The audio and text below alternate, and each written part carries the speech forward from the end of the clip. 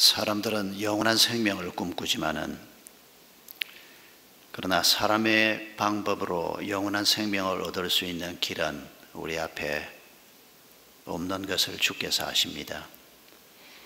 그러나 우리 주님께서 2000년 전에 죽음의 권세를 이기고 부활하셨습니다.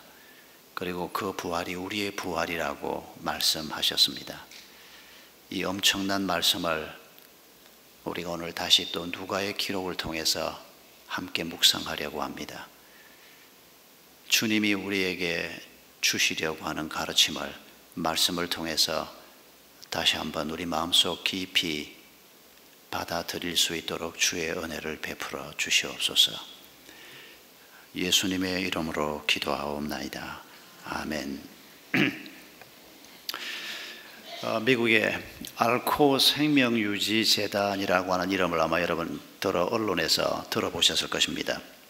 이 재단은 1972년부터 시체 보관 사업을 시작했습니다. 어떤 식으로 보관되는지 한번 사진을 보여드릴까요? 한번 띄워주시겠습니까?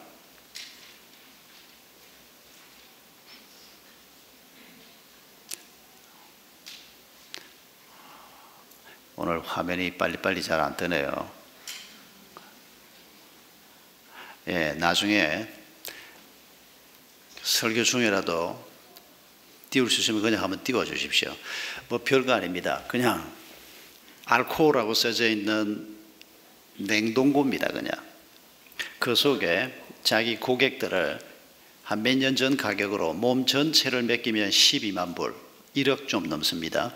머리만 맡기면 4만 불입니다. 무슨 소리야? 그 사람들은 사이보그를 믿기 때문입니다. 지금 가지고 있는 몸보다 몇만 년 후에 혹은 심지어 100만 년이 걸릴지도 모르지만은 급속 냉동을 해서 몸을 잘 보관을 하면, 적어도 지금까지 알려진 바에 의하면 섭씨 영하 196도에서 급속 냉각을 하면 세포가 손상되지 않는답니다. 부패되지도 않는답니다. 그래서 그렇게 냉동고에다 집어넣어 놨다가 암으로 죽은 사람은, 암으로 죽음까지 간 사람은 암이 해결이 될 때 그 냉동을 푸는 겁니다.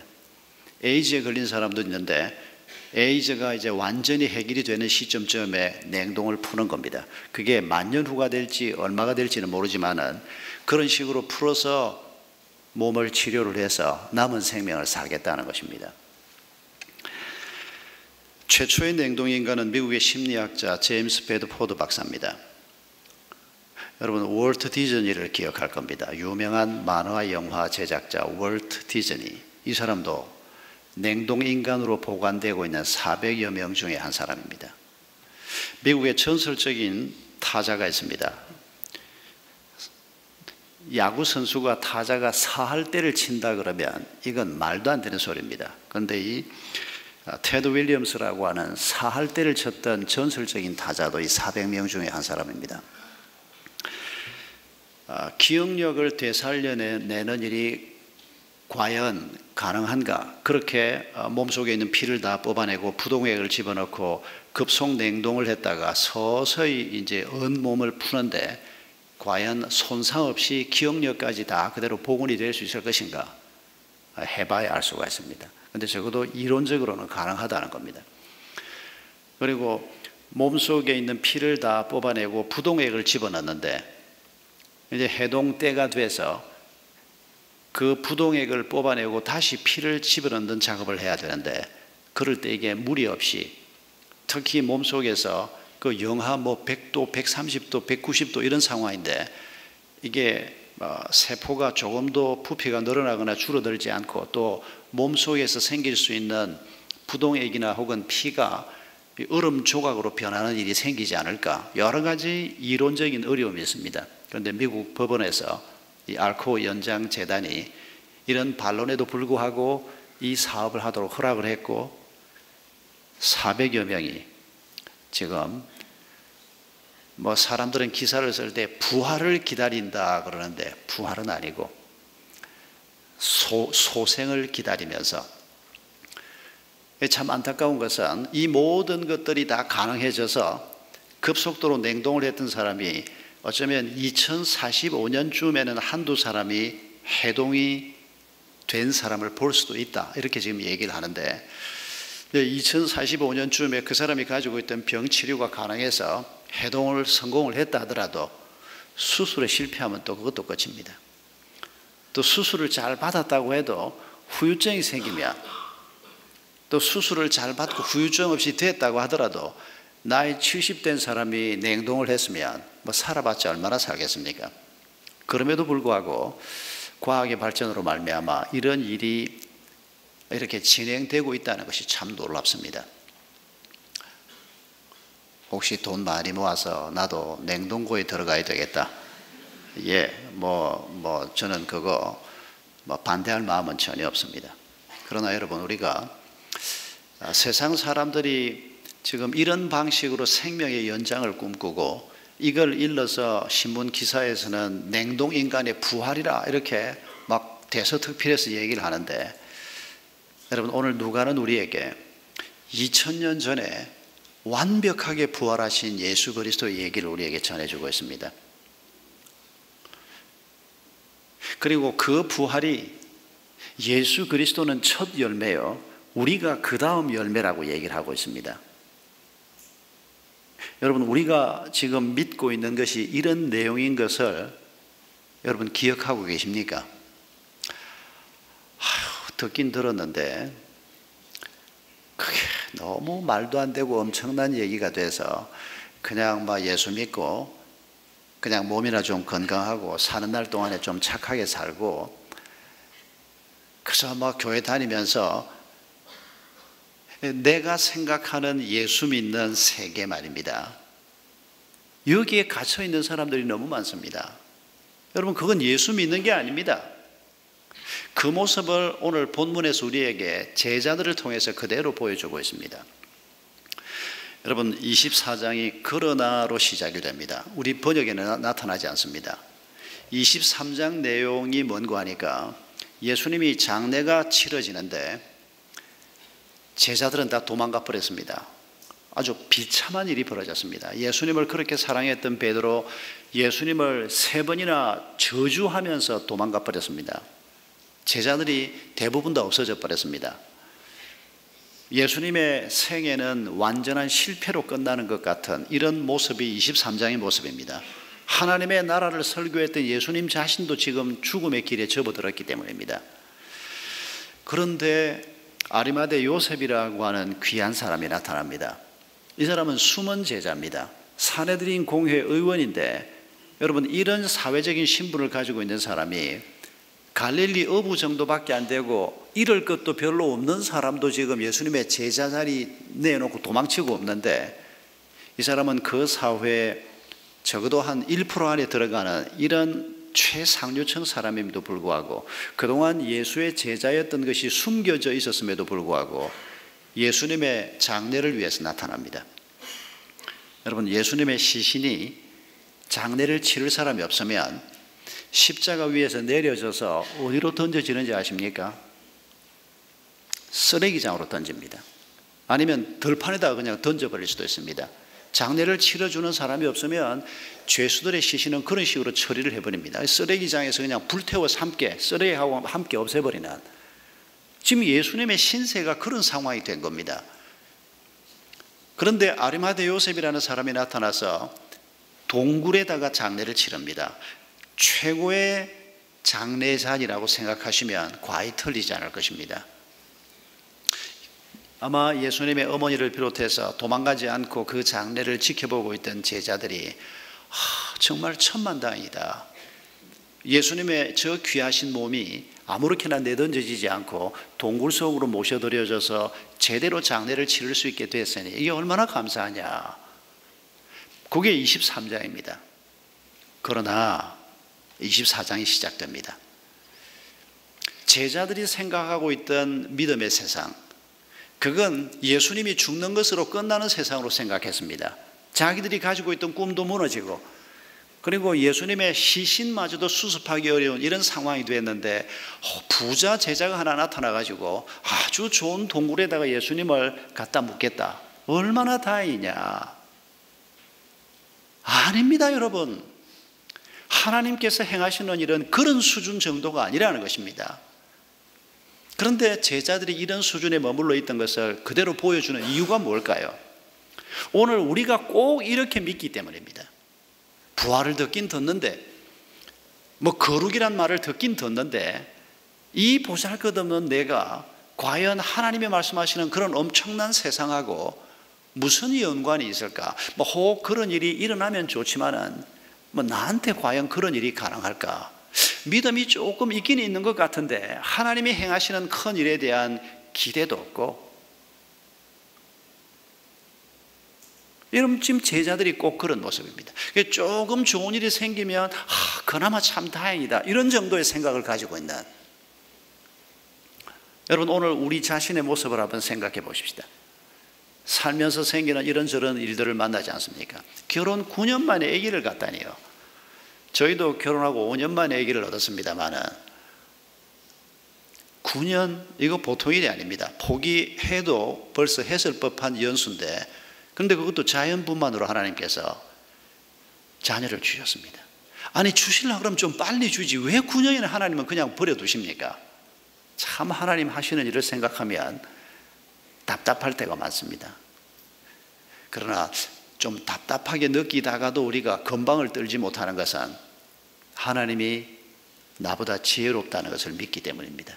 그래서 잠깐 스치고 지나가는 생각으로는 하나님이 꼭 일을 이렇게 하셔야 되나, 이런 생각이 스치고 지나가는 것을 막기는 어렵습니다. 그러나 그 생각이 내 마음속에 꽈리를 털게 놔두면 안 됩니다. 그건 지나가는 생각으로 빨리 쫓아버려야 합니다. 왜 하나님께서 이렇게 하셨을까? 왜 하나님께서 나를 사랑한다고 하시면서 왜 이런 일을 하나님께서 허락하셨을까? 거기에는 하나님의 답이 분명히 있습니다. 반드시 답이 있습니다.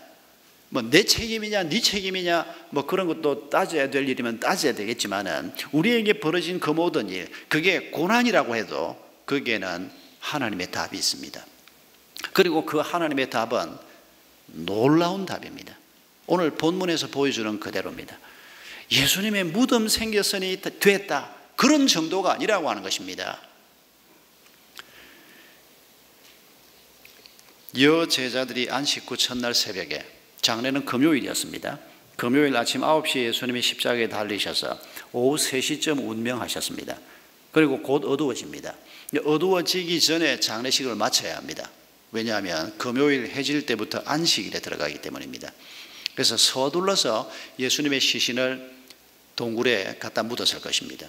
그리고 제자들은, 여자 제자들이 그 예수님이 묻히는 곳이 어딘가를 보아놓았습니다. 왜냐하면 예수님의 장례를 치르는데 아무것도 한 게 없기 때문에, 그리고 예수님의 몸에 아리마대 요셉이 향을 바르고 했는지 안 했는지 모르지만은 적어도 예수님의 몸에 제자된 예의로 또 사랑에 대한 표현으로 좀 향품을 바르고 뭔가를 좀 해야 되겠다, 이런 마음을 가지고 있었습니다. 참 귀한 마음입니다. 지금 예수님이 반역자로 몰려서 죽음을 당한 것이나 마찬가지입니다.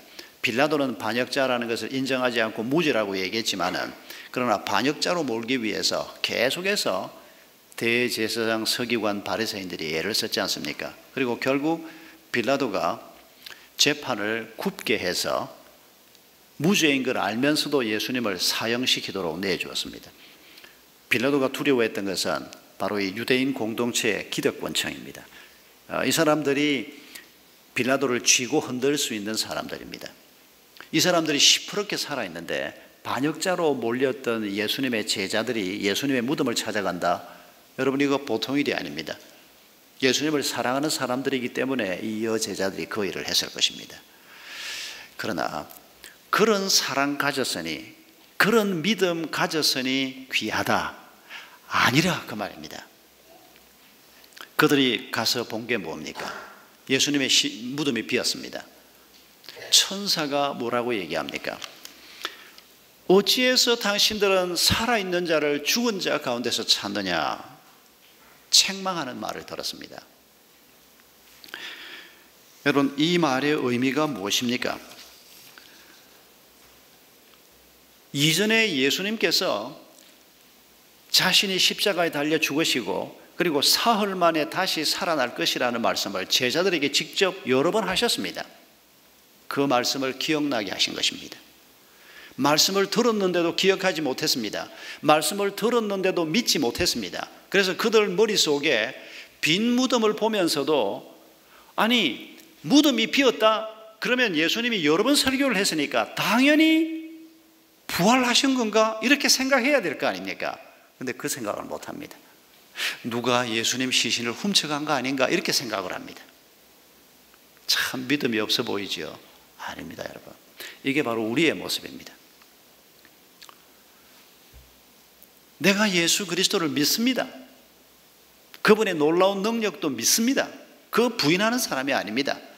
그런데도 내게 어려운 문제가 생기면 이 어려운 문제를 두고 예수님께서 어떻게 하실 것인가 이런 기대감을 갖는 게 아니고 하나님이 나를 사랑하는 거 아니야? 날 사랑하지 않는 거 아니야? 하나님이 왜 나한테 하필이면 이런 일을 만들어줬지? 이런 식으로 생각하는 게 바로 우리가 가지고 있는 문제입니다. 모든 사람이 다 마찬가지입니다. 단 한 사람의 예외도 없습니다. 그 자리에서 우리가 다 시작하는 겁니다. 빈 무덤을 봤으면 이전에 예수님의 설교를 들었으면 그걸 생각해내고 예수님이 사흘 만에 부활하신다고 하더니 정말 살아났나 보다. 그때 그랬으면 얼마나 좋을 뻔했습니까? 그런데 그분들이 그러지 않은 것이 참 감사합니다. 나도 그들도 연약한 자인 것을 하나님께서 보여주시면서 그러나 그 연약함 그대로 있으면 안 된다는 것입니다. 여러분 요한복음 14장 26절에서 성령님께서 하시는 가장 중요한 일 중에 하나가 무엇입니까? 보혜사 곧 아버지께서 내 이름으로 보내실 성령 그가 너희에게 모든 것을 가르치시고 또 내가 너에게 말한 모든 것을 생각나게 하실 것이라. 우리가 많은 가르침을 받는데 잊어버립니다. 기억하지 못합니다. 그래서 빈 무덤을 봐도 정말 부활하셨나 보다 이런 생각이 머릿속에 떠오르질 않는 겁니다. 애가 아파서 위급한 상황에 빠졌는데 그 상황을 놓고 하나님을 먼저 생각하는 게 아니고 아니 하나님을 생각하긴 하죠. 그런데 하나님에 대한 생각을 어떤 식으로 하는 거 하니까 아니 5년 만에 애 줘놓고 하나님이 애를 지금 이렇게 병원에 실려가게 하나. 이게 제가 첫 아이를 놓고 아이가 병원에 입원했을 때 가진 생각이었습니다. 9년 됐으니까 더 할지도 모르겠습니다. 여러분 이게 우리의 연약함입니다. 이 연약함을 하나님께서는 아시기 때문에 성령을 우리에게 보내시고 우리에게 말씀을 가르치시고 그 말씀이 계속해서 기억나게 하시고 그 말씀을 가지고 살도록 그 말씀대로 그리스도가 부활하시고 그 말씀대로 하나님께서 우리에게 행하실 놀라운 일을 우리가 기대하면서 살도록 그리고 기대만 하는 것이 아니고 세상을 살면서 내가 가진 그 기대가 하나씩 둘씩 이루어지는 것을 직접 우리의 눈으로 보도록 하나님께서 역사하시겠다는 것입니다.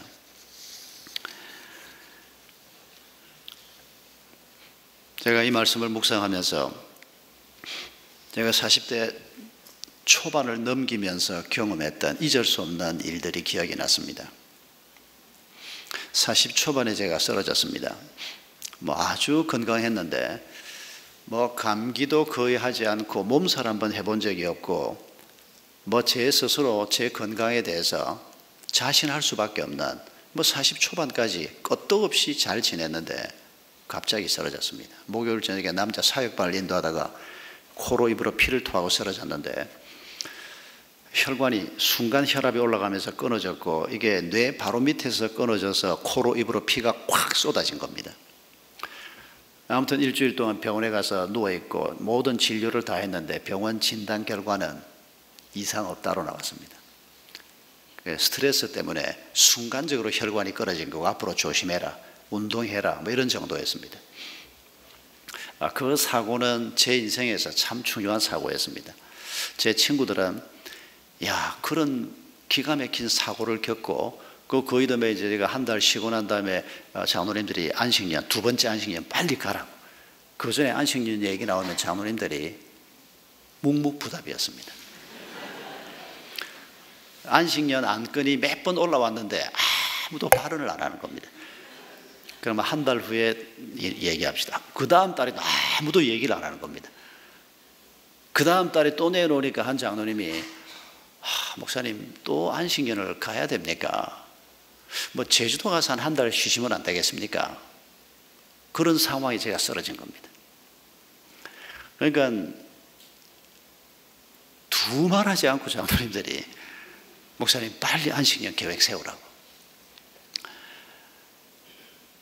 근데 그 사고를 경험하고 제가 그 이듬해인 95년 여름부터 1년 동안 캘리포니아에 가서 한 해 동안 정말 그때는 그 건강을 돌보는 일을 중심해서 한 해를 보내고 왔습니다. 그리고 가족들하고 같이 아이들이 그때 아주 어렸습니다. 그리고 돌아왔는데 돌아와서 얼마 되지 않았는데 어느 날부터 제 마음을 짓누르는 큰 돌덩어리가 하나 생겼습니다. 그게 뭔가 하니까 야, 내가 젊고 건강하다고 그래서 죽으면 나하고 너무 먼 곳에 있다고 늘 생각했는데 평균 수명으로 살아도 내가 앞으로 30몇 년은 더 산다 늘 이렇게 생각했는데 하나님이 부르시면 오늘이라도 내가 갈 수 있구나.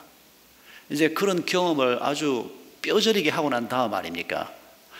1년 안식년 마치고 돌아와서 다시 교회 사역을 시작했는데 어느 날부터 기도하면 마음에 야, 내가 만약 이렇게 가면 우리 어머니는 어떡하지?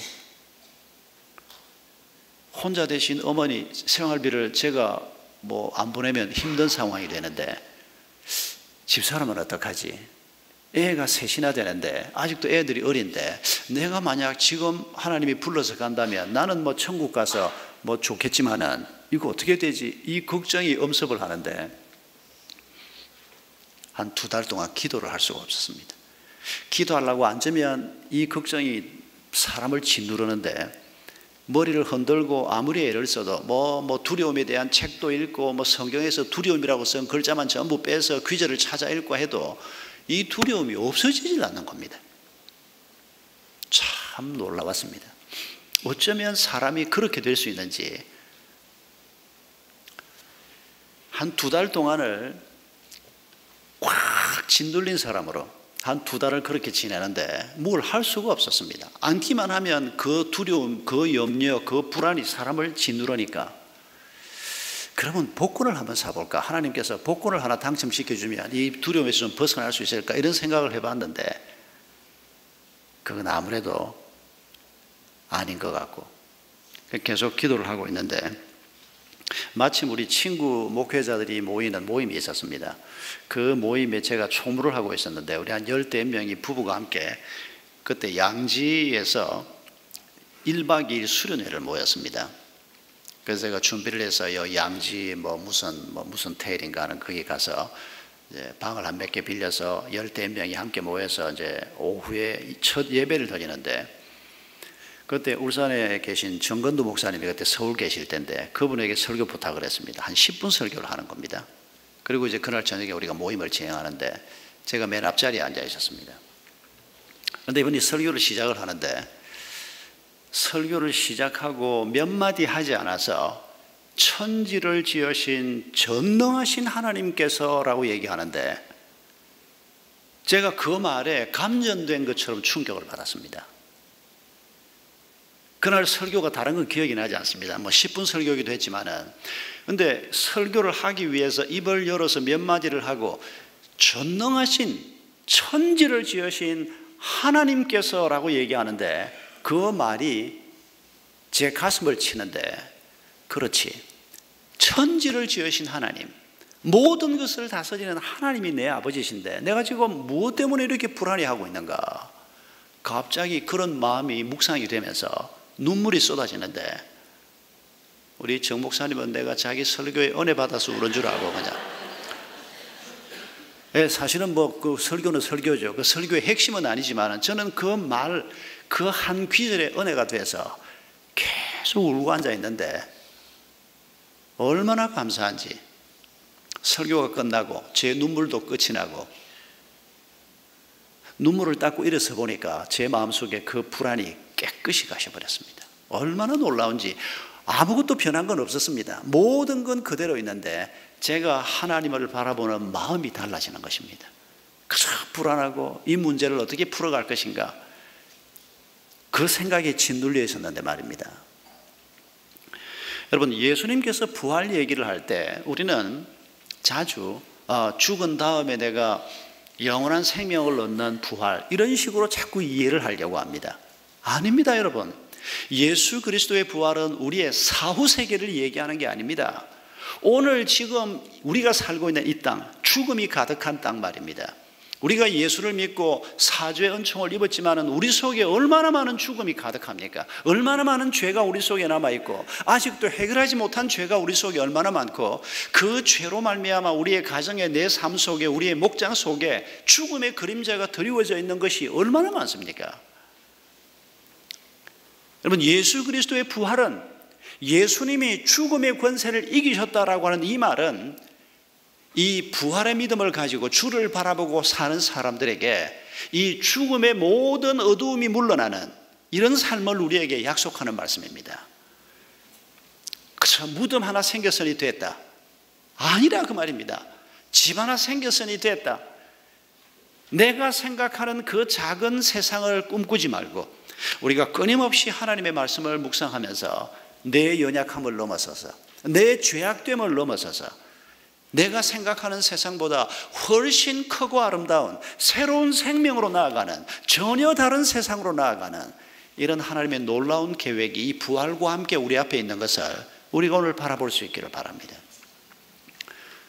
여러분, 이런 일이 내 삶 속에서 진행되면서, 그리고 우리가 함께 품어야 할 생각이, 이 능력이 나를 통해서 더 많은 사람들에게로 흘러가야 한다는 것입니다.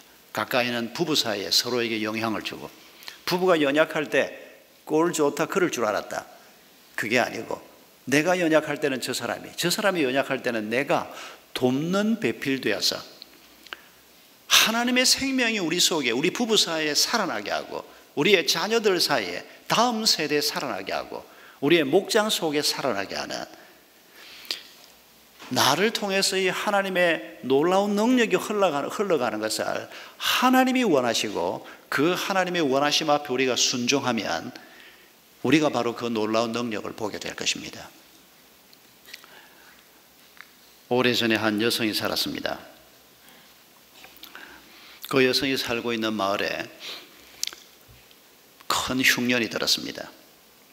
그 흉년의 원인이 이거다 라고 진단한 사람들이 7명의 남자를 희생 제물로 바치는 결정을 했습니다. 거기에 이 여자의 2 아들도 포함돼서 죽임을 당했습니다. 이 여자가 자기 아들 2이 그렇게 죽어버렸습니다. 다른 5명과 함께 7명이 그렇게 죽고 난 다음에 이 아들 2 사람의 시신을 돌에다가 뭐를 깔고, 바위 위에 뭐를 깔고 아들 2 시신을 거기에 갖다 놓히고, 보리 추수가 시작될 때부터 가을 비가 올 때까지라고 했는데 이게 한 달, 2달, 길면 석 달까지도 가능한 여러 달을 시신을 거기에 갖다 놓고, 낮에는 새가 오면 쫓고, 이 새들이 시신을 쪼아 먹는 새들이 있거든요. 밤에는 뭐 살쾡이나 이런 것들이 오는 걸 쫓아내서 그 시신 옆에서 이 엄마가 1달, 2달 시간을 보냈습니다. 여러분, 한번 생각을 해보십시오.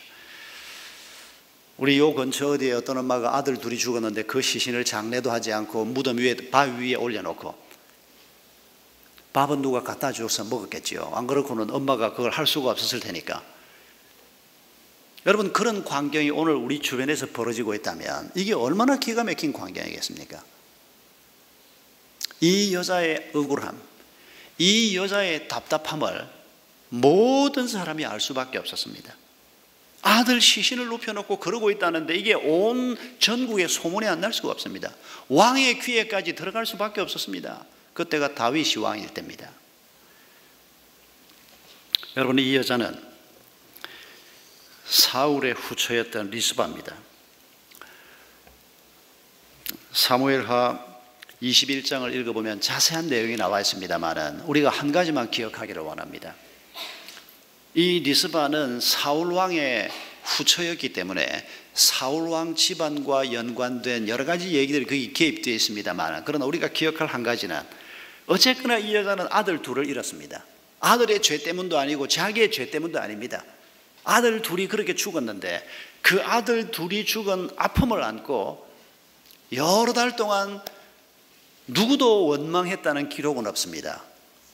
아들의 시신에 새가 날아오는 것을 쫓아내고 밤에 짐승들이 가까이 오는 것을 쫓아내고 슬퍼하고 울고 있을 때 다윗 왕이 그 시신을 수습하고, 그리고 사울의 시신을 수습하고, 사울의 아들 요나단 왕자의 시신을 수습하고 그들의 장례를 후하게 치루어 주었습니다. 중요한 것은 사무엘하 21장 14절을 보면 그 후에야 하나님께서 그 땅을 위한 기도를 응답하셨다라고 말하고 있습니다. 여러분, 이게 무슨 뜻일까요? 세상에 고통당하는 사람들이 많습니다. 여러분, 사울에서 다윗으로 왕권이 넘어오던 때에 난세였습니다. 망한 사울 집안의 자손들은 더더군다나 그 난세에 고통이 많은 사람들이었습니다. 그런데 한 여자가 자식을 잃었습니다. 그런데 하나님께서 사울의 마누라였던 네가 무슨 할 말이 있느냐? 그러지 않았습니다. 다윗도 그러지 않았습니다. 그 억울한 여성의 마음을 헤아려서 그 아들의 시신, 그리고 다른 죽은 5명도 다 사울의 자손들입니다. 그리고 사울의 시신까지, 나라를 망하게 할 뻔했던 사울의 시신도, 그 아들 요나단의 시신도 다 수습을 해서 사울 집안의 사람들의 마음을 만져준 겁니다. 리스바로 대표되는 그 아픔, 그 억울함을 풀어준 겁니다. 하나님께서 이 일을 아름답게 보셨습니다. 그 후에 하나님께서 그 땅을 위한 기도에 응답하셨다고 말합니다. 여러분, 하나님의 능력은 이런 식으로 나타나는 것을 기억해야 합니다. 하나님의 능력이 내 집 사는 데 나타나고 하나님의 능력이 내 이름이 높아지는 데 나타날 것을 기대하는 것은 우리가 아직도 신앙을, 하나님의 나라를 하나님의 눈으로 보지 못하는 어리석은 제자의 모습인 것을 기억하십시다. 하나님의 나라는 우리의 삶이 전혀 새로운 생명으로, 우리가 이전에 꿈도 꾸지 못했던 엄청난 하나님의 나라 안에 있는 생명으로 우리의 삶을 살게 하는 것입니다. 뿐만 아니라 우리를 통해서 하나님께서는 지금도 우리 주변에 억울해하는 사람, 외로워하는 사람, 고통당하는 사람들을 우리를 통해서 격려하고 위로하고 그 억울함을 풀어주는 일을 하나님께서는 기뻐하시는 것입니다. 우리가 그런 마음을 가지고 주변 사람들을 섬길 때 하나님은 우리의 기도에 더 놀랍게 응답하실 것입니다. 여러분, 우리가 은빛샘도 이런 관점에서 생각해 볼 수 있습니다. 늙는 게 억울해하는 사람들, 물론 우리 은빛샘에 오실 믿음이 있는 어르신들은 그렇게 생각하지 않을 겁니다. 그러나 일반적으로 생각하면 늙는 게 억울하다, 가난한 게 억울하다, 배신당했던 게 억울하다, 우리 마음속에 이런 상처들이 다 있습니다. 그러나 여러분, 그 상처에 매여 있으면 안 됩니다. 그 상처 때문에 내가 생각하는 방식으로 그 상처가 해결될 이런 방식에 머물러 있으면 안 됩니다. 그건 빈 무덤일 뿐이고 그것 가지고는 안 됩니다. 하나님께서 우리에게 얼마나 놀라운 세상을 약속하시는가.